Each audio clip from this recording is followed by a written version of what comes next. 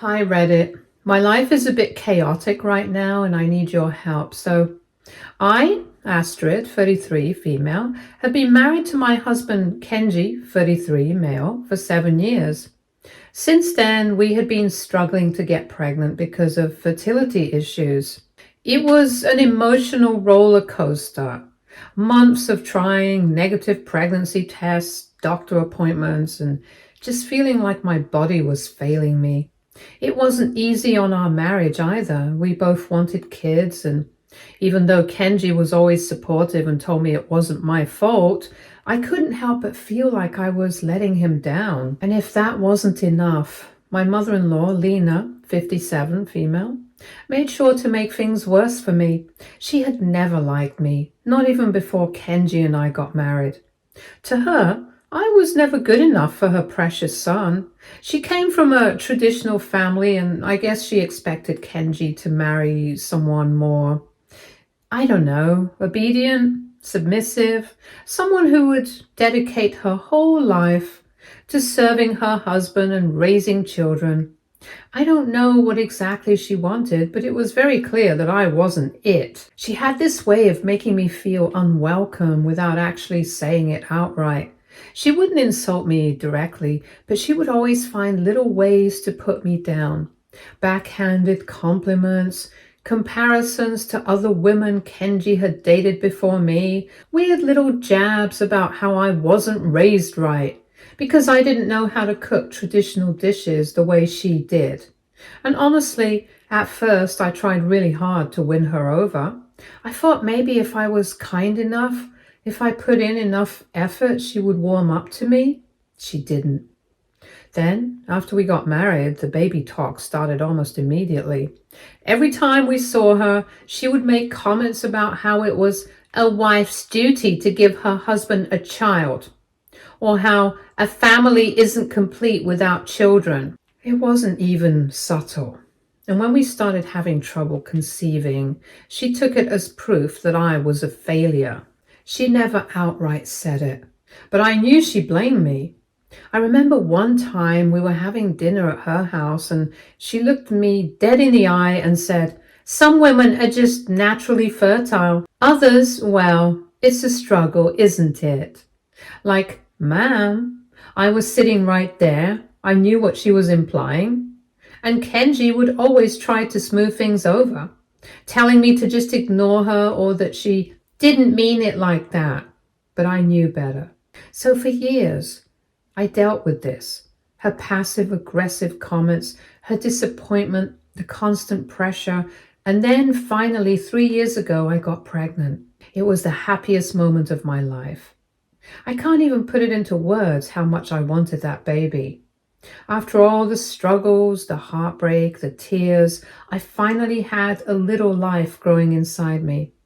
I thought maybe this would change things. Maybe Lena would finally accept me. Maybe she would finally see me as part of the family.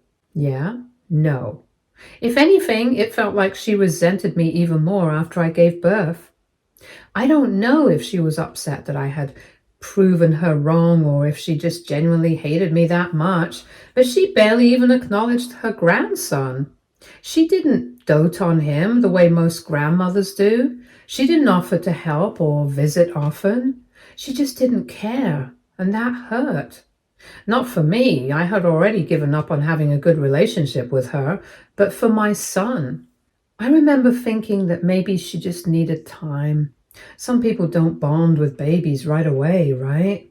So I gave her space, hoping she would come around, but nope. Even when she did see him, she was distant and uninterested. She wouldn't hold him unless she had to, and she never talked about him the way other grandmothers gushed over their grandkids.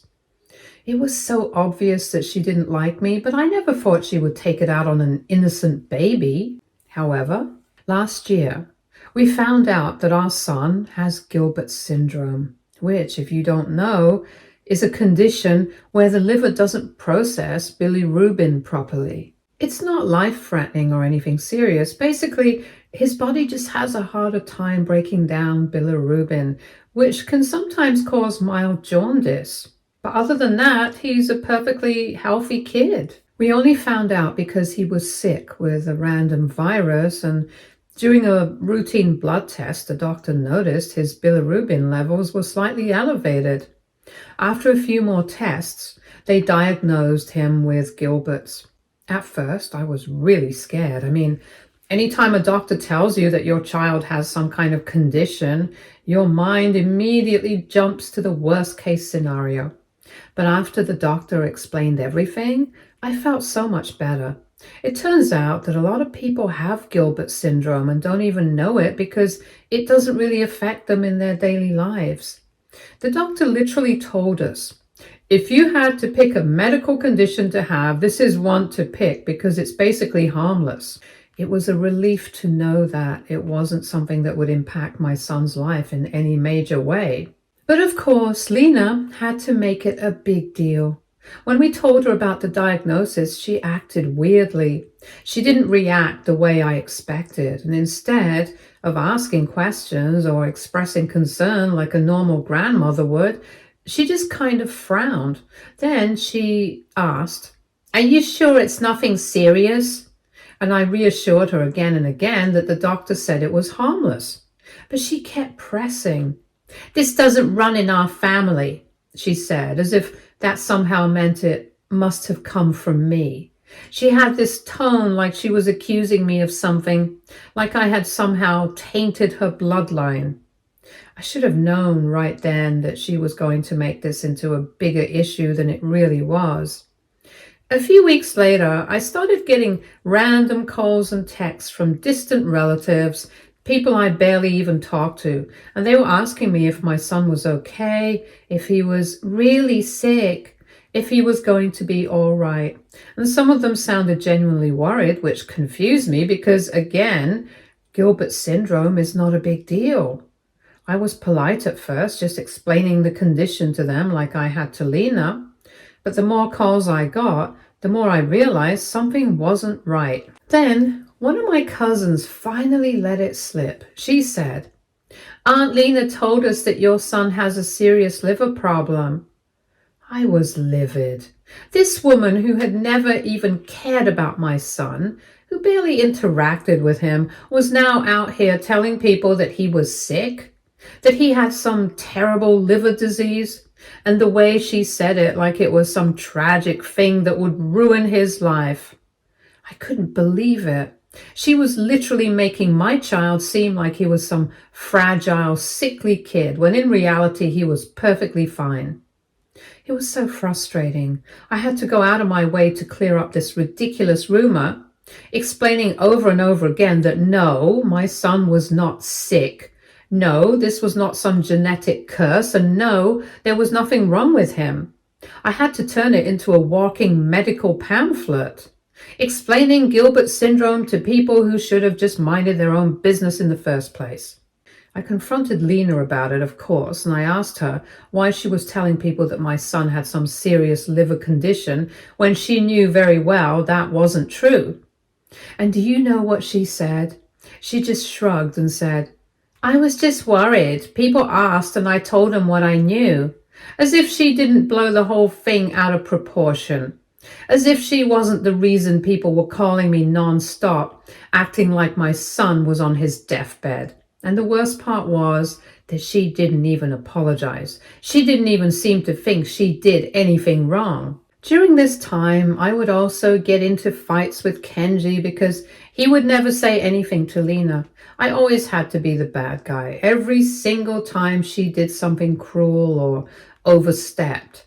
It was on me to bring it up. And whenever I did, Kenji would brush it off like it was nothing.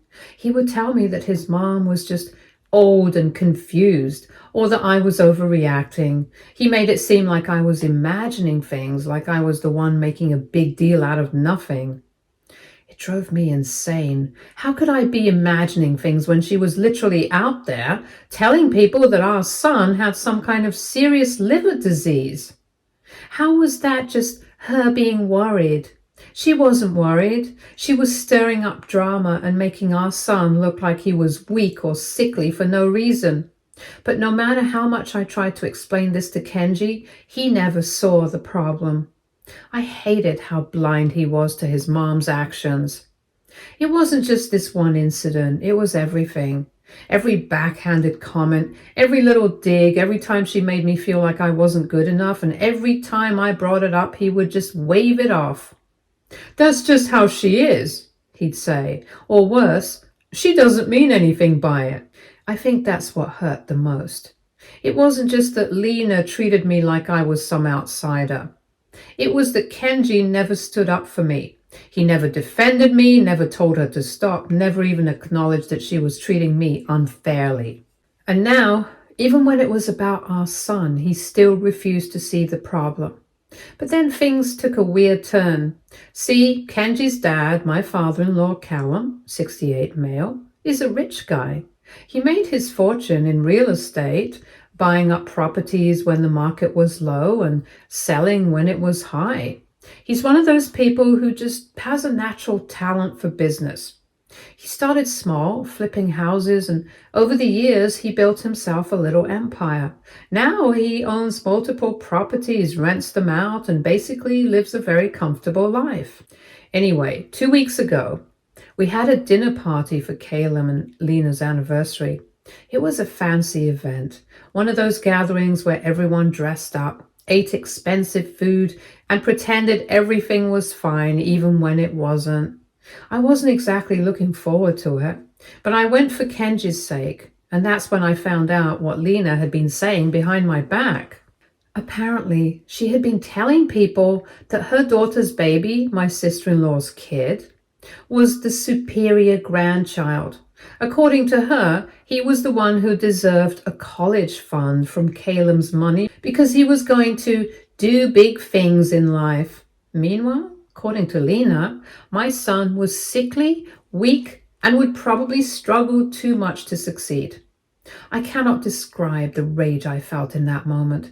Look, I never expected Caleb to pay for my son's future. I never once assumed that my child would get any of his money, and honestly, I didn't care. Kenji and I have always planned to support our son on our own. We're not rich like Caleb, but we're doing fine, and we're more than capable of making sure our son has everything he needs. But what I did care about was Lena putting my child down. I cared about the way she spoke about him, as if he was lesser, as if he wasn't worth investing in because he had Gilbert syndrome, which, again, is a completely harmless condition. The way she talked about him made my blood boil. So I did something I normally wouldn't do. I confronted her. Right there, in front of everyone, I stood up, looked her dead in the eye, and asked, "Did you really say that my son doesn't deserve a future because of a harmless genetic condition?" The entire room went silent. People stopped eating, forks halfway to their mouths, just staring. Lena, of course, tried to play dumb. "I was just being logical," she said with that fake innocent expression she always used when she got caught. "Your son has a condition, Astrid. It's not my fault that I'm thinking ahead." As if my son was doomed to fail in life because of something that literally does not affect his intelligence, abilities, or future.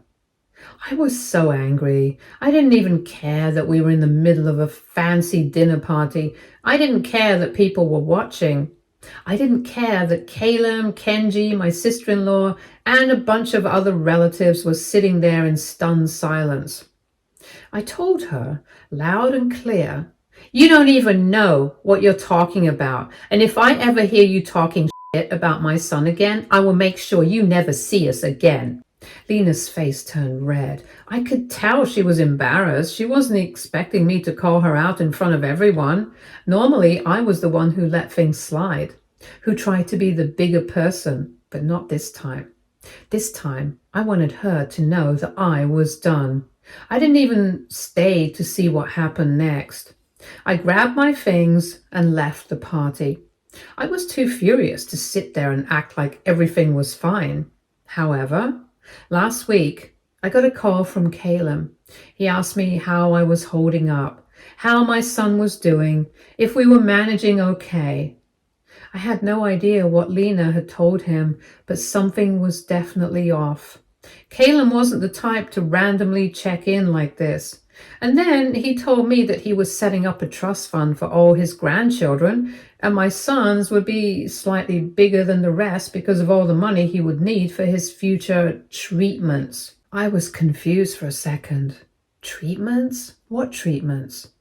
I don't know exactly what Lena told him, but clearly she made it sound like my son had some serious medical condition, something that required expensive treatments and lifelong care. And because Caleb, for all his business smarts, is still kind of a hands-off family guy, he didn't bother to double-check with me or Kenji. He just took what Lena said at face value and decided to help. Now, here's the thing. I could have corrected him right then and there. I could have told him that Gilbert syndrome is not a big deal, that my son isn't sickly, and that he wouldn't need any special treatments. But I didn't. I kept my mouth shut. Not because I wanted the extra money, but because for once, Lena's meddling actually worked in my favor. She had spent so much time putting my son down, making him seem like he was weak and unworthy compared to my sister-in-law's kid. And now, Caleb was prioritizing my son. He was giving him the bigger trust fund. He was making sure that no matter what, my son had financial security. And honestly, after everything Lena had done, I wasn't about to fix her mistake for her. So I just said, "Thank you, Caleb. That means a lot." I figured that was the end of it, but of course Lena wasn't going to let things slide. The very next day, I got a call from her, and let me tell you, she was livid. She didn't even bother with fake pleasantries. She jumped straight into it. "You need to call Caleb and tell him the truth," she snapped. I played dumb. "The truth about what?" "You know what, about your son's condition. You need to tell him he doesn't need extra money for treatments." "That's fraud, Astrid." "Fraud?" As if I had masterminded some elaborate scheme to steal money from Caleb. As if I was the one who went around spreading lies about my son's health. I took a deep breath and said, "I didn't tell Caleb anything about my son's condition. You did. So if you have a problem with it, maybe you should be the one to call him and fix it." I could feel how mad she was through the phone. She probably wanted to yell at me, but she couldn't because she knew I was right. She was the one who made my son out to be sickly and weak, and now, when it was backfired on her, she wanted me to clean up her mess? Yeah, not happening. And that's when she switched tactics. "Astrid, listen," she said, trying to sound calmer, but her voice was still tight with anger. "This isn't fair to the other grandchildren. Caleb needs to treat them all equally." I almost laughed. Now she cared about fairness? Where was all this concern when she was talking about how my sister-in-law's kid was the superior grandchild? Where was this energy when she was telling everyone that my son wouldn't amount to anything because of his condition? I just said, "Well, Caleb is the one making this decision, not me. If you don't like it, take it up with him." She hated that answer. She started going off about how I was manipulating the situation, how I was taking advantage of Caleb's generosity, and how this was unethical. And then she actually had the nerve to say, "I should have never told him about your son's condition in the first place." And all I could think was, exactly. That was the one and only thing we agreed on. But instead of arguing, I just said, "Well, I guess you learned your lesson, huh?" and hung up. I thought that would be the end of it, but nope. Because now Kenji is on my case too. He sat me down and told me that I should call Caleb and tell him to just keep the trust fund the same for all the grandkids. He said it wasn't right for our son to get more money than the others when he doesn't actually need it. And he told me that if I won't tell him, he's going to tell him. Part of me feels guilty, but another part of me feels like, why should I be the one to fix this? Why is it my responsibility to go and undo something that Lena started? I don't know what to do. Should I just let this play out, or should I do what Kenji is asking and tell Caleb to make the trust fund equal? I'd love to hear your thoughts. Update 1. Hi everyone. First of all, thank you for all your suggestions. I read every single one and I really appreciated the different perspectives. But in the end, I actually did exactly the opposite of what most of you suggested. I called Caleb. I told him straight up that my son's condition is not a big deal. He wouldn't need any future treatments. I didn't want there to be any misunderstandings. I didn't want anyone thinking that we were trying to take advantage of him. He told me that he didn't understand, and Lena made it seem like this was a severe condition. She was acting like my son was going to need lifelong medical care. I had suspected that she exaggerated things when she told him, but hearing it confirmed made me so angry. This woman had once again gone out of her way to make my son seem weaker, sicker, and more helpless than he actually is, just so she could push my sister-in-law's kid ahead. Just so she could make my son seem like a burden instead of a regular, healthy child. I took a deep breath and said, "This is exactly what she's been doing since I told her about his condition. I have explained to her multiple times that this is not serious, but she keeps twisting it and making it sound like my son is gravely sick." Caleb sighed, and for the first time, I felt like he actually understood how much of a problem Lena was. He's always been the kind of person to stay out of drama, to keep his head down and let things sort themselves out. He said, "Well, I've already made all the arrangements for the trust fund. Your son can keep it." And that's when I told him no. I told him that I didn't want my son to have more than his cousins. Not because I don't want him to have financial security, of course I do, but because I know how this family works. My son is already treated differently. He's already seen as the lesser grandchild in Lena's eyes. If he ended up getting more money than the others, it would only give Lena and the rest of the family more fuel to alienate him. I told Caleb, I don't want my son to be pushed out even more. I don't want his cousins to resent him over this. He was quiet for a second and then said, "Okay, I'll take care of it." And that was that. Honestly, I feel so much better, and sometimes it's more important to keep the peace than to fight for something that, in the long run, could cause more harm than good. I don't want my son to grow up feeling like an outsider in his own family. If keeping things equal means he has a better chance at having a normal relationship with his cousins, then I'll take that over extra money any day. At the end of the day, my son isn't missing out on anything. Kenji and I will make sure he has everything he needs. What matters more to me is that he grows up knowing he is loved and valued no matter what Lena says. Update 2. Hello everyone. It's been about 2 months since my last update, and honestly, things have been pretty uneventful until yesterday. Something happened and I just need to vent. So I've been avoiding my in-laws' house for obvious reasons. Every time I set foot there, something happens that makes me want to rip my hair out. And after everything with the trust fund, I figured the best way to keep my sanity was to just stay away. But yesterday, my sister-in-law called me and I wasn't prepared for what she had to say. Apparently, Lena has been running her mouth again, but this time she took things to a whole new level. She's been telling people that she doesn't think my son is really Kenji's. This woman, who already treats my child like he's beneath her other grandchild, is now out here spreading rumors that my son isn't even her son's biological child. I was stunned. Where is this even coming from? What kind of twisted logic made her come to this conclusion?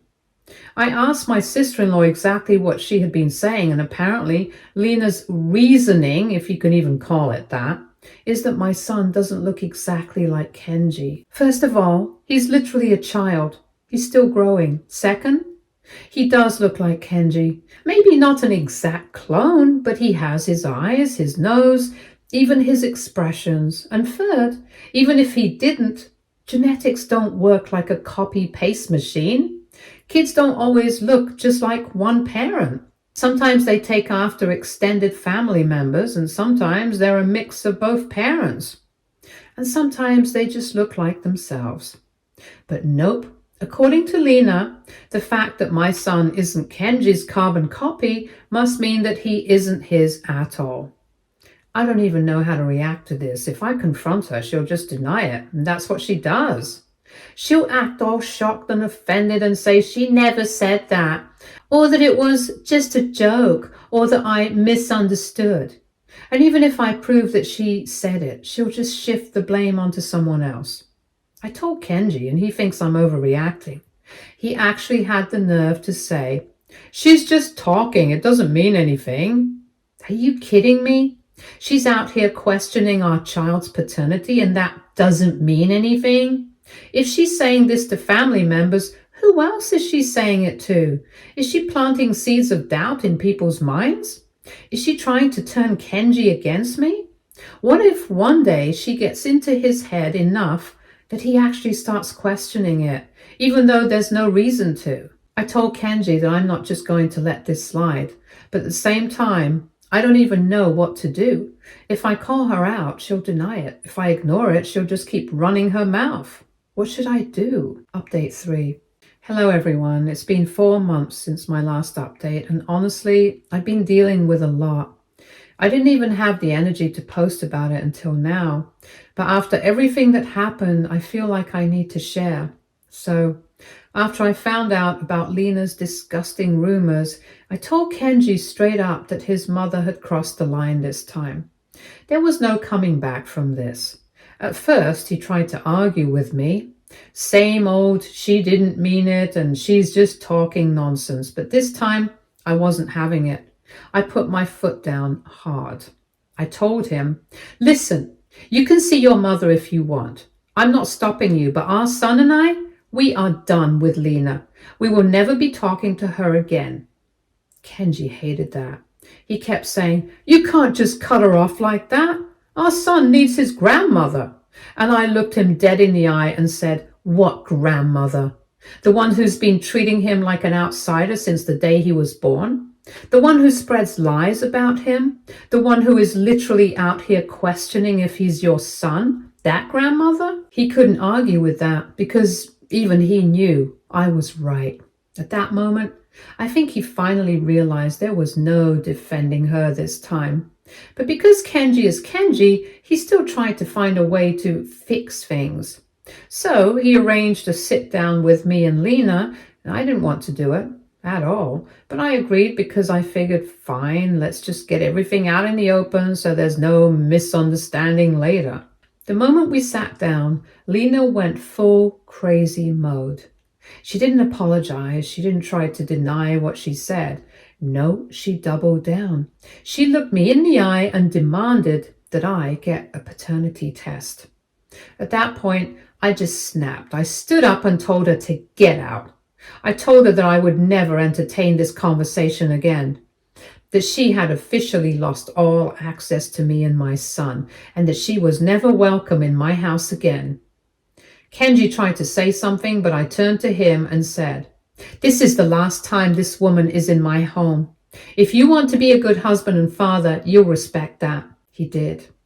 For the first time ever, he actually stood by me.